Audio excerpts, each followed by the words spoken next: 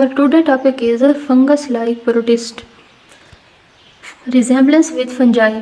How fungus-like protists resemble with fungi. Point number 1 is fungi and fungus-like protists are same because both do photosynthesis. Both have thread-like structure called hyphae. Here the question is what is hyphae? Hyphae has two types, septate hyphae and non-septate hyphae. Hyphae which has cross-walled are called septate hyphae. Hyphae with no cross-wall are called aseptate hyphae. In this picture we can see these are the cross walls.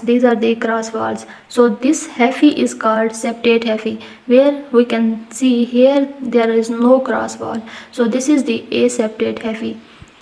Further is the difference with fungi. How fungus-like protists different from fungi. Fungus-like protists are not fungi due to following reasons. Centriole is present in fungus-like protist while fungi have no centriole.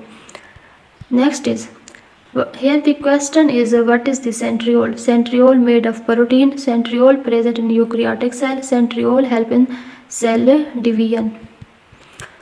Next is, we can see the picture of centriole. These are the centriole. They help to maintain cell structure.